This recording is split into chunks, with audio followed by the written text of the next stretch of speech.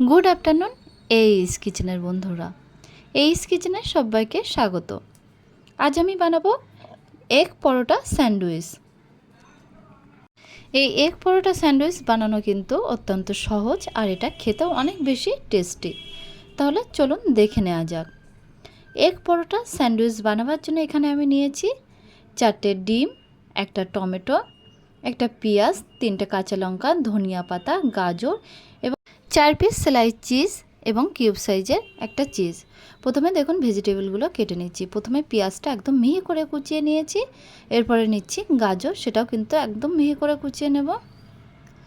এরপরে নিয়ে নিচ্ছি কাঁচা লঙ্কা, সেটাও কিন্তু একদম ছোট ছোট করে কেটে নিচ্ছি। এরপরে টমেটো, ধনিয়া পাতা সব একইভাবে কেটে নিচ্ছি।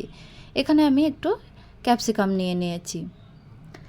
এবার পরোটার ডোটা বানিয়ে নেব। 1 কাপ পরিমাণ ময়দা নিয়ে একটা বোলের মধ্যে তার মধ্যে দিয়ে দিচ্ছি হাফ চামচ সাদা তেল এবং অল্প পরিমাণে লবণ। এরপরে দিয়ে দিচ্ছি 1 চামচ টক দই। এই সবগুলো একসঙ্গে দিয়ে বেশ ভালোভাবে মিক্সড করে নিয়ে অল্প অল্প জল দিয়ে পরোটার ডোটা বানিয়ে নিচ্ছি। দেখুন পরোটার ডোটা বানানো হয়ে গেছে। এখন এই ডোটা থেকে দুটো লেচি কেটে নিয়েছি। প্রথমে একটা লেচি নিয়ে এরকমভাবে একটু ময়দা নিয়ে বেলে নেব। তারপরে দেখুন আলাদা একটা বোলের মধ্যে একটা একটা করে 4টে ডিম ভেঙে নিলাম। ডিমের মধ্যে দিয়ে দিচ্ছি অল্প পরিমাণে লবণ, অল্প পরিমাণে গোলমরিচের পাউডার, অল্প পরিমাণে দেশি লঙ্কার পাউডার। এখন পরোটাটা মিডিয়াম ফ্লেমে একটি তাওয়া বসিয়ে তাওয়ায় দিয়ে 2 সাইডটা হালকা করে ছেঁকে নেব। আর একটা পরোটাও কিন্তু একইভাবে ছেঁকে নিয়েছি।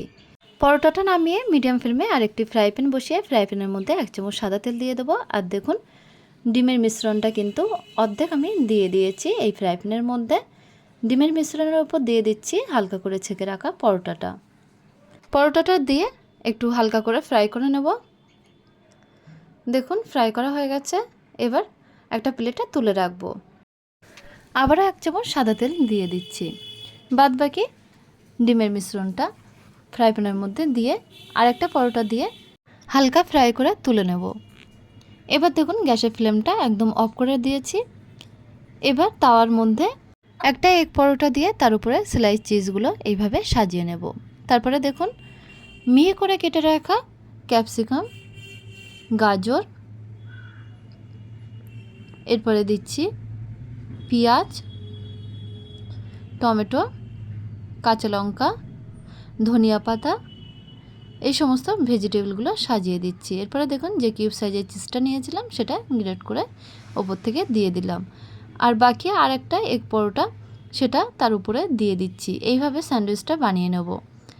এরপরে দেখুন সাইড দিয়ে একটু সাদা তেল দিয়ে দিচ্ছি। এই সময় গ্যাসের ফ্লেমটা অন করে লো ফ্লেমে রেখে দেবো একটা ঢাকনা দিয়ে 5 মিনিট। দেখুন 5 মিনিট পরে ঢাকনাটা তুলে নেব, নিয়ে স্যান্ডউইচটা উল্টিয়ে দিচ্ছি। স্যান্ডউইচটা দেখুন উল্টিয়ে দিলাম। এবার আবারও ঢাকনা দিয়ে রেখে দেব 5 মিনিট। 5 মিনিট পরে ঢাকনাটা তুলে নেব। দেখুন তাহলে তৈরি হয়ে গেছে আমাদের আরও একটি নতুন রেসিপি, এগ পরোটা স্যান্ডউইচ। এই এগ পরোটা স্যান্ডউইচ কিন্তু বানাতে অনেক সহজ আর এটা খেতে অনেক বেশি টেস্টি।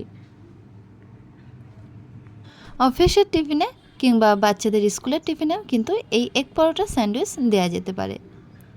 তাহলে বন্ধুরা আমার এই রেসিপিটা আশা করছি আপনাদের ভালো লেগেছে। তাহলে যদি ভালো লেগে থাকে অবশ্যই ভিডিওতে একটা লাইক করবেন আর আমাদের চ্যানেলটা সাবস্ক্রাইব করার জন্য অনুরোধ রইল।